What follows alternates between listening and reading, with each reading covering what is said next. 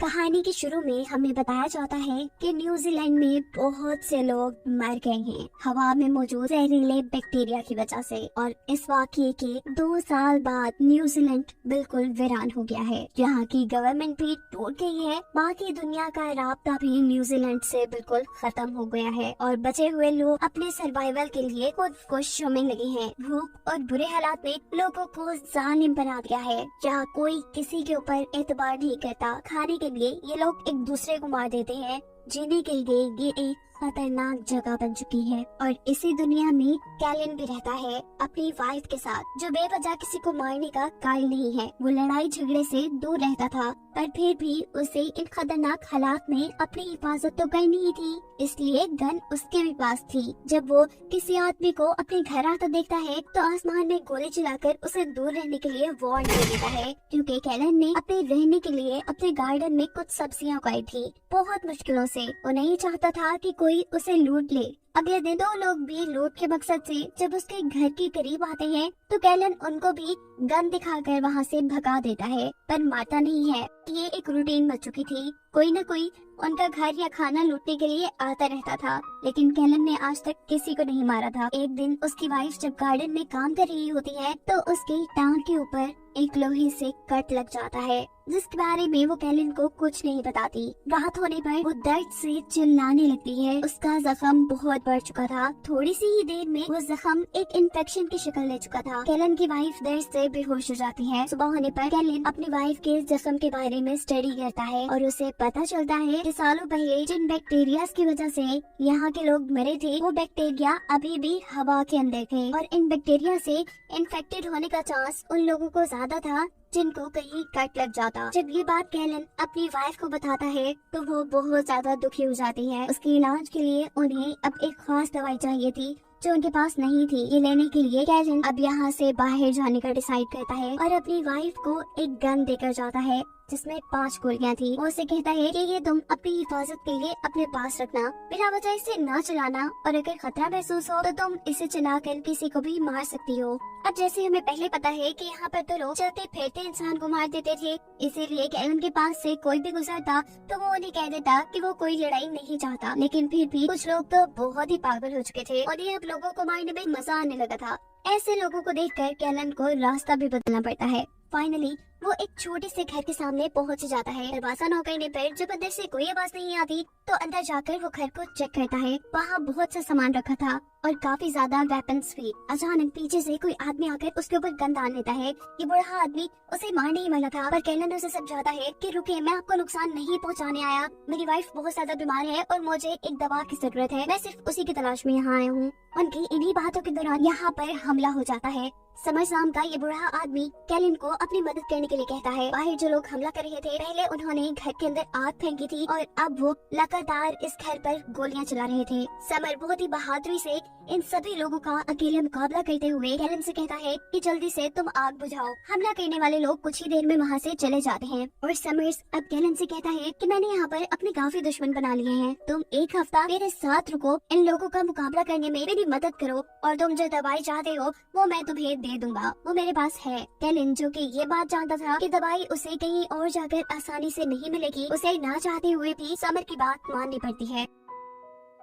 Summer बताता है कि मैंने इस घर के इर्द गिर्द काफी ट्रैप्स लगाए हैं। कुछ लोग हमला करने के लिए आते हैं और उन ट्रैप्स में फंस जाते हैं। मैं उन्हें मार देता हूँ, लेकिन अभी भी इस जगह को बहुत ध्यान देने की जरूरत है। कैलन जो कि पहले एक इंजीनियर था, वो समर के घर की बहुत सी चीजें ठीक करता है, बहुत से इलेक्ट्रिक ट्रैप लगाता है वहाँ। दूसरी तरफ हम कैलन की वाइफ को देखते हैं जो आहिस्ता आहिस्ता काफी कमजोर हो रही थी। इसी टाइम उसे महसूस होता है कि कोई उसके घर में घुसने की कोशिश कर रहा है। वो बड़ी ही होशियारी दिखाते हुए छुपकर इस आदमी के ऊपर लकड़ी से हमला करती है और वो बेहोश हो जाता है। वो इस आदमी को अपनी गन से मारना चाहती थी, लेकिन उसके अंदर इतनी हिम्मत नहीं थी। वो एक ट्रॉली में डालकर इस आदमी को अपने घर से दूर फेंकाती है। जबकि दूसरी तरफ हम देखते हैं कि समर और कैलन अभी भी अपने घर का डिफेंस सिस्टम अच्छा करने के लिए काम कर रहे थे और रात में समर उन्हें बताता है कि कोई उनके ऊपर हमला करने अब आएगा। कैलन को ये सुनकर गुस्सा आता है कि समर पहले उससे ये बात नहीं बता सकता था। उसने इस हमले के लिए ज्यादा तैयारी भी नहीं की थी। बातों ही बातों में उनकी बहुत लड़ाई हो जाती है। कैलन उसे मारने पर तुलाता है, लेकिन समर जानता था कि कैलन कभी ऐसा नहीं करेगा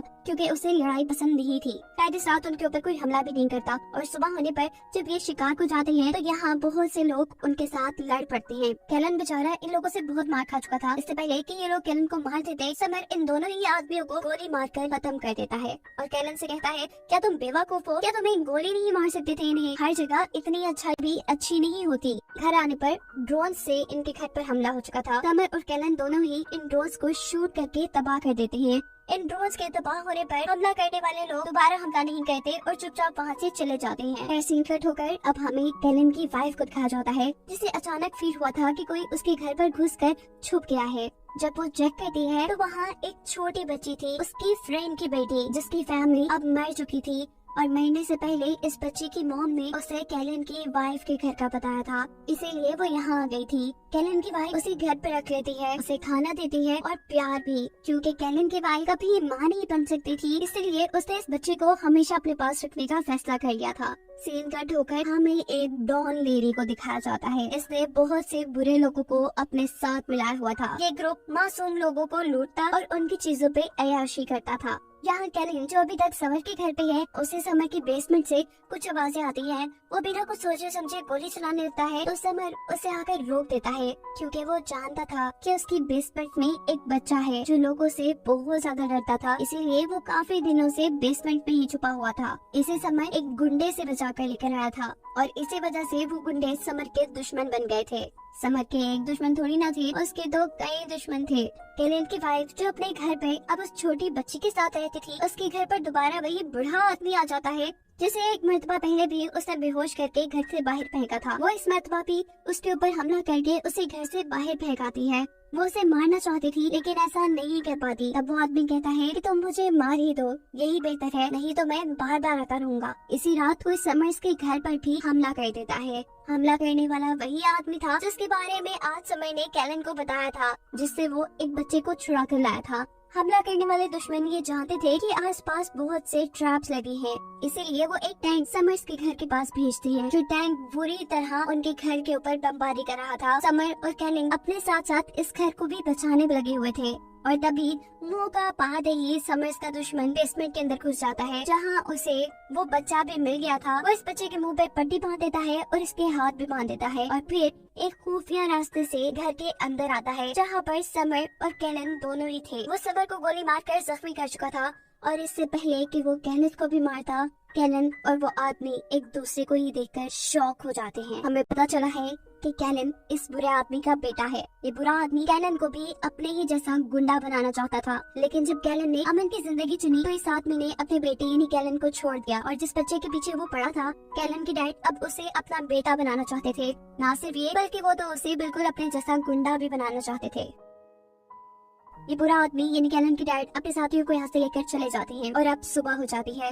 कैलन को समर्स के घर आए पूरा हफ्ता गुजर चुका था। वादे के मुताबिक अब कैलन को दवाई भी मिल जानी चाहिए थी। समर अपना वादा नहीं तोड़ता, उससे दवाई भी दे देता है और उससे कहता है कि तुम इस बच्चे को अपने साथ अपने घर ले जाओ, वो यहाँ पे बिल्कुल सेफ नहीं है। कैलन समर्स को छोड़कर नहीं जाना चाहता था। वो जानता था कि समर को उसकी जरूरत है, वो जख्मी है, लेकिन समर कहता है मेरी छोड़ो, तुम जाओ और जाकर अपनी वाइफ को बचाओ, ये एक छोटी सी चोट है। कैलन जैसे ही घर पहुँचता है तो छोटी बच्ची जो उसकी वाइफ के साथ रह रही थी वो इनके ऊपर गोली चला देती है, लेकिन शुक्र है कि उसका निशाना पक्का नहीं था। कैलन बहुत मुश्किल से उसे शांत करता है और फौरन अपनी बहुत ज्यादा बीमार वाइफ के पास जाकर उसे इंजेक्शन लगा देता है। उसकी हालत इतनी बुरी थी कि कैलन को लग रहा था कि वो बिल्कुल मर चुकी है, पर उसकी अच्छी किस्मत दवाई के असर करने पे जल्द ही वो होश में आ जाती है। लंच के टेबल पर ये लोग बातें करते हैं। कैलन अपनी वाइफ को अपने साथ लाए बच्चे से मिलाता है, जबकि कैलन की वाइफ उसे अपने घर पर मौजूद एक बच्चे से। ये दोनों वैसे भी बच्चे चाहते थे और अब इनकी फैमिली कंप्लीट हो चुकी थी, लेकिन कैलन अभी भी थोड़ा उदास था क्योंकि वो जानता था कि समर्स को उसकी जरूरत है, वो जख्मी है